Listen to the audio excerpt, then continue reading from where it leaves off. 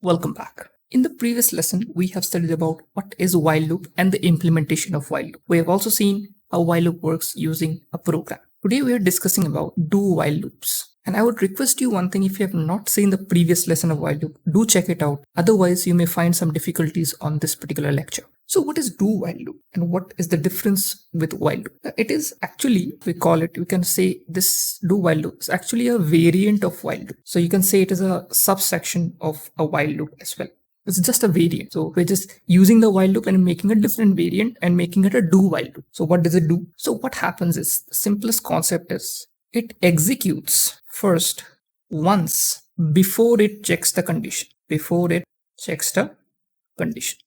Now, what does it mean? When I have a loop, my first thing is that it will check the condition and then go inside the body. Do while loop, what it does, it will first execute. That means it will run what is inside the loop. After it has run one time, after that it will check the condition. So here the body which is there, it executes first. One time it will run, and next time, after it has run one time, the next time when the loop has to run, from that moment of time it will start checking the condition. That is the only difference. And when it checks the condition, rest thing is same only, that it will check the condition. If it is true, it will work. If it is false, loop will stop. So let me explain to you much more better. You will understand it much more better with the program. So let me show you the program. So as you can see here, I have the program for do while loop. As you can see, it is a little bit different from while loop. So here, first difference you see, we have a keyword do. So do is a keyword. Remember, you cannot use do word as a variable since it is a keyword. And inside the do, as you can see, it's a curly bracket. I have two statements. That is, it is printing I variable and it is updating the I variable. I variable is equal to 1.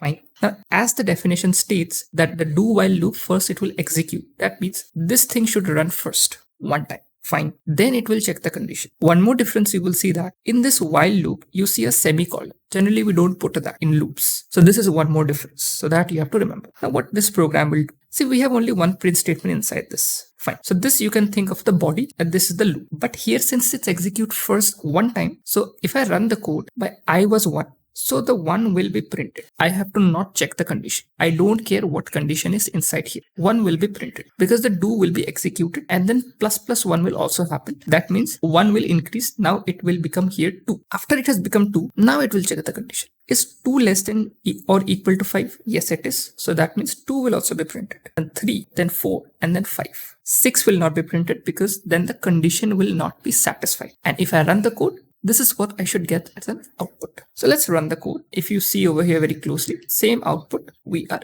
getting. So it is very simple to understand do while loop. Just one thing you have to remember, that whatever you wrote inside the do, that will run for the very first time first. You don't have to check for the condition in the while loop for that. After that, once it has run one time, after that you have to check the condition, whatever the condition is given. And provided the condition, whatever the thing is inside the do, that will work. So that is the concept of do while loop, and that is the only difference from while loop and do while loop. So if you have any doubts regarding do while loop, you can put down in the comment section.